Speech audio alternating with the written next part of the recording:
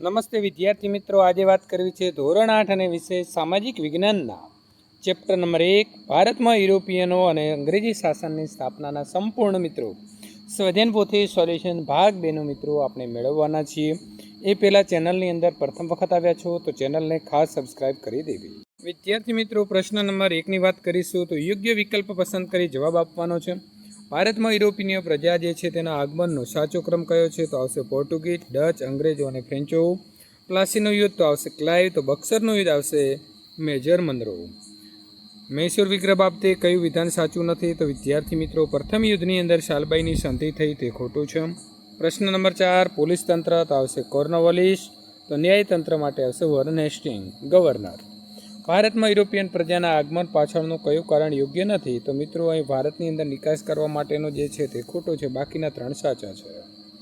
પ્રશ્ન નંબર 6 નીચેનામાંથી કઈ જોડ સાચી નથી? તો વાસ્કો દ ગામા, કાલિકટ તે ખોટું છે. અંગ્રેજ સમયની અંદર વહીવટતંત્રનો સર્વોચ્ચ વડો ગવર્નર જનરલ હતા. આઝાદી પછી ભારતમાં સર્વોચ્ચ પદ કયું હતું? તો આવશે વડાપ્રધાન. તમારે સુપ્રીમ કોર્ટની મુલાકાત લેવી છે તો ક્યાં જવું પડશે? તો તમારે દિલ્હી શહેરની અંદર જવું પડશે. યુરોપિયન પ્રજા દ્વારા શરૂઆતના ભારતના કયા ભાગમાં કોઠીઓ સ્થાપી હતી? તો દરિયા કિનારાના જે શહેરો છે ત્યાં એમણે પ્રથમ કોઠીઓ સ્થાપી હતી. પ્રશ્ન નંબર 10 પ્લાસીના યુદ્ધ બાબતે કયું વિધાન યોગ્ય છે? તો 1, 2 અને 3 ત્રણેય 3 વિધાનો સાચા છે, એટલે જવાબ અહીં આવશે સી. ખાલી જગ્યા પૂરો. મૈસૂર તો હૈદર અલીના નેતૃત્વમાં સૌથી શક્તિશાળી રાજ્ય બન્યું હતું. ભારતીય સામશાહી પોલીસ ખાતાની જગ્યાએ આધુનિક પોલીસ ખાતાની સ્થાપના જે છે તે કોર્નવોલિસે કરી હતી. પેશવાને પુણેમાંથી હટાવી કાનપુર પાસે આવેલું જે બિઠ્ઠુર નામનું શહેર હતું ત્યાં પેન્શન આપી અને તેને મોકલી દીધો હતો. અંગ્રેજોએ કોઠી સ્થાપી એ સુરત શહેર ભારતની પશ્ચિમ દિશામાં આવેલું છે. ખરા ખોટાની વાત કરીએ તો શાહજહાંએ અંગ્રેજોને બંગાળ, બિહાર અને ઓડિશામાં મુક્ત વેપારની છૂટ આપી હતી, તો સાચું. અંગ્રેજો ઇંગ્લેન્ડના ભોગે ભારતને ધનવાન કરવા માંગતા હતા, તો ખોટું છે. ફોર્ટ વિલિયમ કોલેજ કઈ એક તાલીમ સંસ્થા તરીકે સ્થાપવામાં આવી હતું, તો સાચું. દક્ષિણ ભારતની અંદર વિજયનગર પછી મૈસૂર શક્તિશાળી રાજ્ય હતું, તો એ પણ સાચું છે. ફ્રેન્ચનું મુખ્ય મથક જે છે તે સુરત હતું, તો ખોટું. મને ઓળખો. હું પ્લાસીના લડાઈમાં અંગ્રેજ સેનાનો વડો હતો, તો આવશે રોબર્ટ ક્લાઇવ. અમે દક્ષિણની અંદર એકાધિકાર સ્થાપવા અંગ્રેજો સામે કર્ણાટકની અંદર લડાઈ લડ્યા હતા, તો ફ્રેન્ચો. મેં પોર્ટુગીઝોને મરી મસાલાના વેપારની છૂટ આપી હતી, તો આવશે જામોરીન. મેં જહાંગીર રાજા પાસેથી વેપારના પરવાનો મેળવ્યો હતા, તો આવશે ટોમ સ્ટ્રો. મેં સિરાજુદ્દૌલા સાથે વિશ્વાસઘાત કર્યો અને અંગ્રેજો સાથે જોડાઈ ગયો, તો આવશે મીર જાફર. જોડકા જોડવાના છે તો મિત્રો, જોડકાની અંદર તમારે માત્ર આ પ્રકારે જવાબ જોડવાના છે. આપણે અહીં સમજૂતી મેળવીએ તો પહેલું છે ફ્રેન્ચ, તો આવશે મદ્રાસ. અંગ્રેજ તો આવશે સુરત. ડેનિશ તો આવશે સિરમપુર. ડચ તો આવશે ગોલકોન્ડા અને પોર્ટુગીઝ તો આવશે કાલિકટ. ખોટો શબ્દ છેકવાનો છે તો ભારતમાં ન્યાયતંત્રની શરૂઆત વોરન હેસ્ટિંગે કરી. ભારતીય લશ્કરની અંદર સુબેદારથી ઊંચો હોદ્દો મળી શકતો નહીં. ભારતમાં સૌથી સફળ અંગ્રેજો થયા. ભારતની અંદર પ્રથમ ઈસ્ટ ઇન્ડિયા કંપનીની સ્થાપના થઈ અને ભારત આવવા માટે આફ્રિકા ખંડની પ્રતીક્ષા કરીને આવવું પડતું હતું. ત્યાર પછી તમારે પ્રશ્નોના જવાબ લખવાના છે. 1-2 વાક્યની અંદર કયા કયા યુરોપિયન દેશોએ ભારત આવવાના જળમાર્ગ શોધવાના પ્રયત્નો કર્યા હતા અને કોને સફળતા મળી? તો પોર્ટુગલ, સ્પેન અને હોલેન્ડ વગેરે રાષ્ટ્રોએ ભારત આવવાનો જળમાર્ગ શોધવાના પ્રયત્નો કર્યા. તેમાં પોર્ટુગલના વાસ્કો દ ગામાને સફળતા મળી. મૈસૂરની અંદર કયા 2 શક્તિશાળી રાજાઓ થયા હતા? તો મૈસૂરની અંદર હૈદર અલી અને તેનો પુત્ર મિત્રો ટીપુ સુલતાન, આ 2 શક્તિશાળી રાજાઓ થયા હતા. ભારતની અંદર સૌપ્રથમ અને સૌથી છેલ્લે કઈ યુરોપિયન પ્રજા આવી? તો ભારતમાં સૌપ્રથમ પોર્ટુગીઝ અને છેલ્લે ફ્રેન્ચ યુરોપિયન પ્રજા ભારતમાં આવી હતી. અંગ્રેજોએ કયા 2 પ્રકારની કોર્ટની સ્થાપના કરી હતી? મિત્રો, અંગ્રેજોએ દિવાની અને ફોજદારી આ 2 પ્રકારની કોર્ટોની સ્થાપના કરી હતી. આજે પણ આપણે આ 2 કોર્ટો આપણા દેશમાં જોવા મળે છે. પ્રશ્ન નંબર 8 નીચેના પ્રશ્નોના જવાબ 3 કે 4 વાક્યમાં લખવાના છે. અંગ્રેજી સમયનું પોલીસ તંત્ર અને હાલના પોલીસ તંત્રની સરખામણી કરો. તો અંગ્રેજ સમયનું પોલીસ તંત્ર મુખ્યત્વે બ્રિટિશ હિતોનું રક્ષણ કરતું અને તેમાં ભારતીયોને ઉચ્ચ હોદ્દા ઉપર સ્થાન મળતું નહોતું. એ સમયે પોલીસ દળ ઓછું વ્યવસ્થિત અને દમનકારી હતું, જ્યારે હાલનું પોલીસ તંત્ર લોકશાહી મૂલ્યો ઉપર આધારિત છે, જે કાયદો અને વ્યવસ્થા જાળવીને નાગરિકોના અધિકારોનું રક્ષણ કરે છે. હાલમાં ભારતીય પોલીસ દળની અંદર વિવિધ હોદ્દાઓ પર ભારતીયોને સ્થાન મળે છે અને વધુ વ્યવસ્થિત અને આધુનિક બન્યું છે.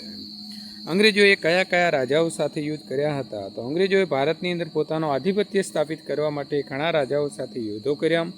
જેમાં મુખ્યત્વે મરાઠા સરદારો એટલે કે પેશવાઓ, મૈસૂરના શાસકો હૈદર અલી અને ટીપુ સુલતાન, બંગાળના નવાબ સિરાજઉદ્દૌલા અને શીખ સામ્રાજ્યના રાજાઓ સાથે યુદ્ધો કર્યા હતા.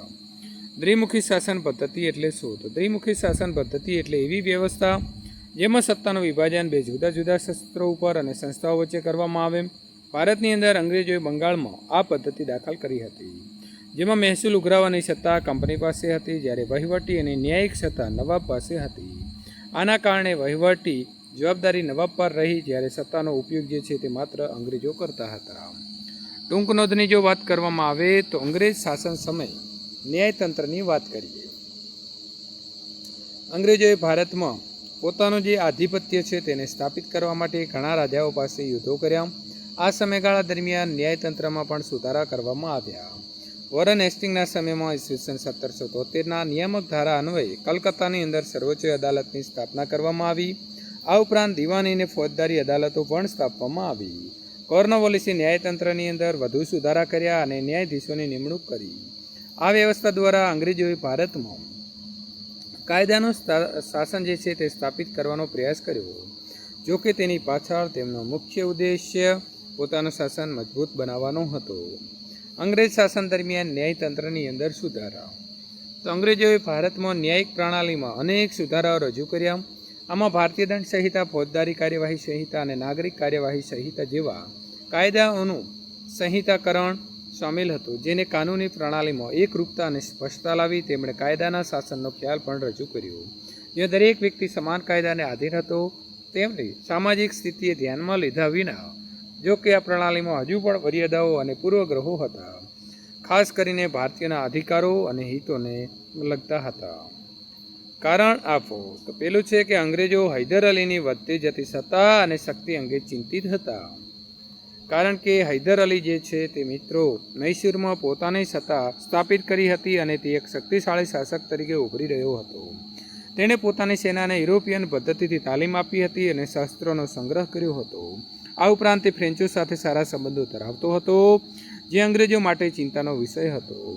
અંગ્રેજોએ ભય હતો કે હૈદર અલી તેમની ભારતમાં સત્તા સ્થાપિત કરવાની યોજનાઓમાં અવરોધરૂપ બનશે અને તેથી વેપારી હિતોને નુકસાન પહોંચાડશે. તેથી તેઓ વધતી શક્તિને ભયભીત થતા હતા.